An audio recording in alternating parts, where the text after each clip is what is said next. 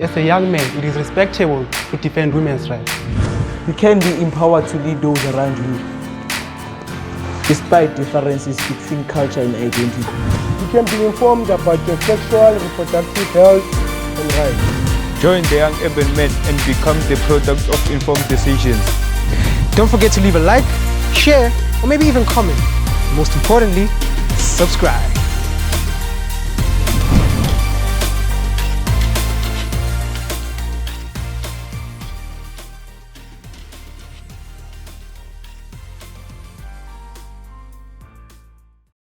Okay, let's have a bonus round, guys. And in this bonus round, we can have some POIs. They're basically point of corrections, right? You've got a question, you can answer, right? Red team, this time, they're going to ask you the question. So autocratic, if you guys have a question for them, this is the time to ask it.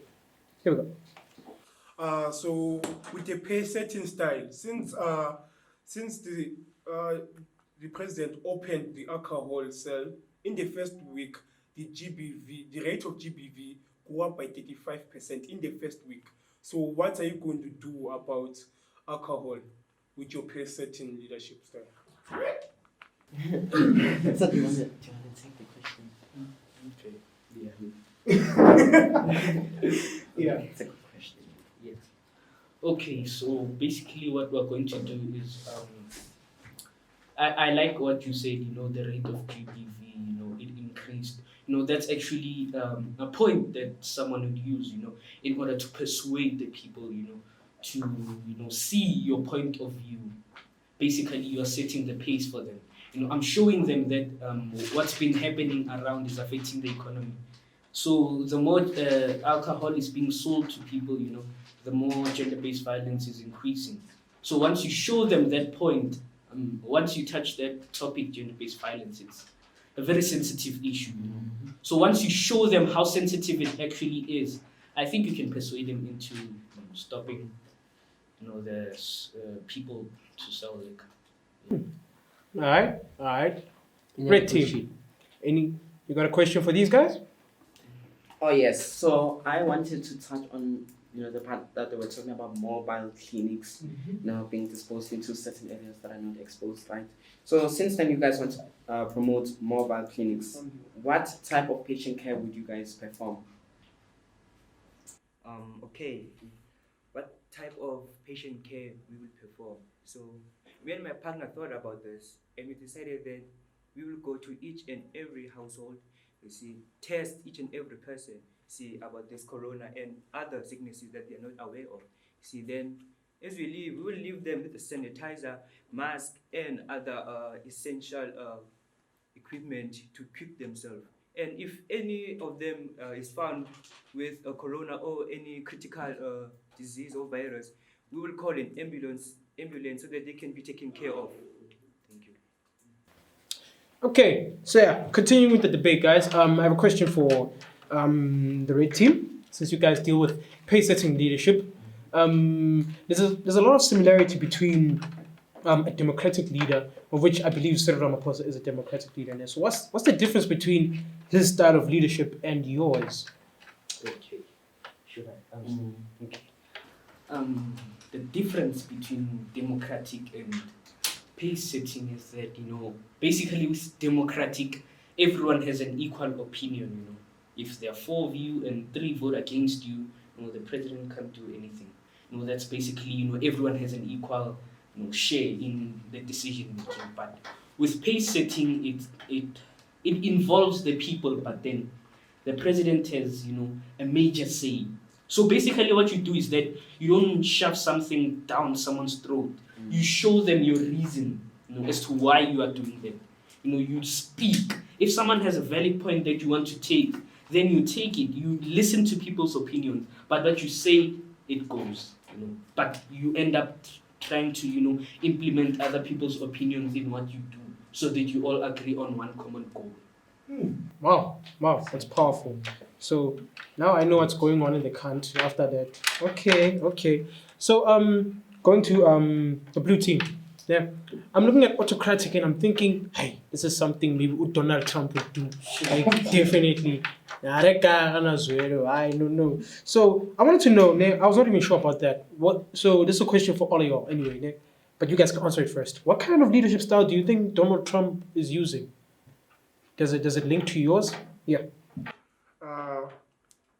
So sometimes we usually get confused about Trump's leadership style. You understand? Because Trump's leadership style is different from every leader across the country. Because when other presidents were telling people to wear masks, he was telling them, if you want to, you can wear the mask. So I think, I don't know what type of leadership he stands of, but I think he stands under democratic leadership, because some of his decisions are informed decisions. They're not something that comes out of his mind. Most of the things don't just come out of his mind. I think you just said something really. So wait. So knowing, okay, this is a question for all of you guys, ne? Since you said that, ne, that a democratic leader, when they make their decisions, it's informed, and you guys are autocratic leaders. Mm-hmm. You don't make informed decisions. You do make informed decisions. But you just said, okay. So how? You said you asked me about Trump, right? So okay then. So in a country like USA, like looking at USA, it's a very capitalistic country, né? With very little percentage of communism. Né? Do you think a pace-setter leader would survive in a country like USA? Such an interesting question. This is like economic management science all the way for me. Do you want to answer? Should I? You can go first and I'll end on. Okay. So a pace setter, I think they would survive, because if you know how to draw the line from business and the economy's needs, then I think you would be able to survive in a country like USA. Because it's all about persuading people, it's all about showing them what you want to do, with the country. So it doesn't have to be business related, even though finances are needed, but it doesn't have to be business related. All right, cool. So with pace setting, you believe you should put the people first before the economy. Yeah, but you've got a question for the peeps. Yes. So since they say when they come and gather up with people before they make decisions. So I wanted to ask about the opening and closing the schools. You open school, you don't open. You open school, you close school, right? If it was the autocratic team, we were going to make quick decision making so that it doesn't confuse the learners. So my question is, did they consult the learners? Did they ask the learners what they want before they close the schools?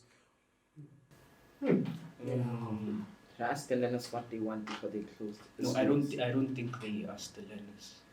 But then they're the ones who usually go to school. Yeah, they're the ones who usually go to school. With the opening and closing of schools, it's a very sensitive, issue.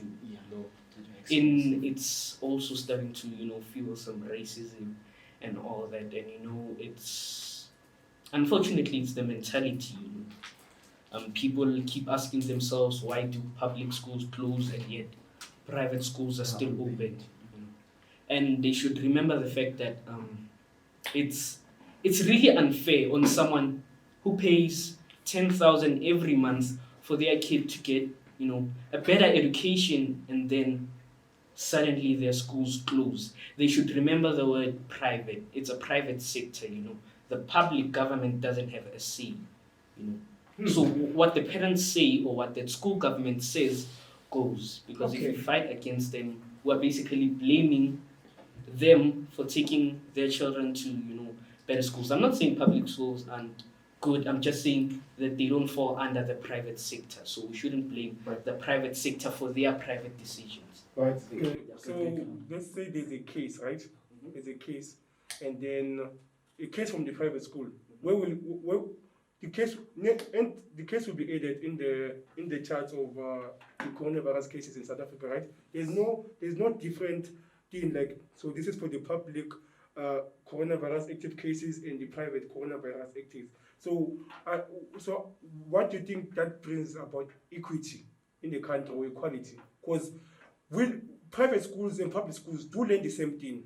And they write the same exam. If it was equality, then we'd all pay 10,000 for school fees. But while you're still paying different stuff and under different sectors, you cannot expect the same treatment. But Unfortunately, unless you want to start paying 10,000, then you'll get that treatment. But don't you think that since you guys are about presenting, you want to letting people take some of the opinions to them, don't you think that it's time for you also to have the kids also to have such an opinion? Because you guys are just taking decisions about them without them putting some of their input. That's Okay. why their parents are there Yeah. for them. And also decision making is like a key thing that a lot of kids are not sure about. If you were to ask a whole set of kids, maybe 50 of them, and say what you like, jam or like peanut butter, of course there's gonna be a lot of different answers. How sure are you that that specific child will give you the exact kind of answer that you want?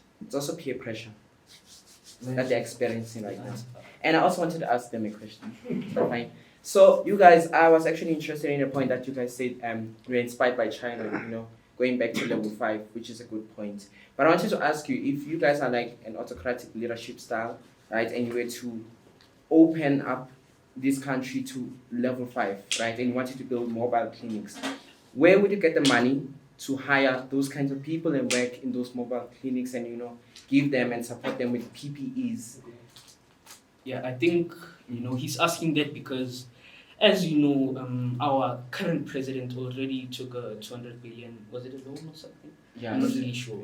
But All this money is being wasted. he already took out a loan. And knowing level 5, a lot of jobs have to be, a lot of businesses have to shut down. That means less tax is being paid, less money into the economy. Cars aren't moving, diesel and all that, they aren't making money. They're just stages. So where are you going to get the money from? Knowing that there's also a loan that we currently have. Oh, okay. To answer your question, so basically, in order for us as the autocratic leaders, we first have to draft down what we need. So basically, we're gonna go to the Minister of Health for this. See, we ask him that we need a draft of what we're gonna need to be able to open up these mobile clinics, and we need it like in the evening or so. See, otherwise, consequences are gonna be critical and serious. Shuffle the cabinet. Yes, yes, you see. And then when it does this, you see, we check what we check, okay, 1, 2, 3, 4, 5, and then from there, where there's basically something called Minister of Finance for a reason. You see, then we So what are you going to cut out? Because like with the money that we have currently, there's COVID relief, unemployment, UIF. all these different types of taxi funds. So where's the money gonna go? What are you cancelling out and what are you adding? I'd like you to tell me specifically what are you cancelling out and why, and what are you gonna add? I would say we would cancel out from the taxi industry, and people will ask us why do you want to cancel from the taxi industry? Because the taxi industry, in a way, it's not a government entity. You understand? In a way, it's private. All right then. Wow, time's up. Can we get a last round of applause? It's a very powerful debate, guys. David, in one sentence, what do you think about the debate? Yeah, I was thinking I'll go with the comments I made in the first round. I won't change anything. Even though we had a bit of a confusion, but at least both of the teams knew how to outcome the confusion in their own ways. Yeah, they brought the heat, they brought the the fire, and I actually enjoyed this debate. Thank you so much, guys, for actually spending the day with us, and making this fun. So yeah, to our viewers at home, hopefully you guys actually get to answer the question that we posted out, which is which type of leadership do you think is best suited for the COVID-19 pandemic? Don't forget to leave a comment and like the video and also share it, and don't forget to subscribe.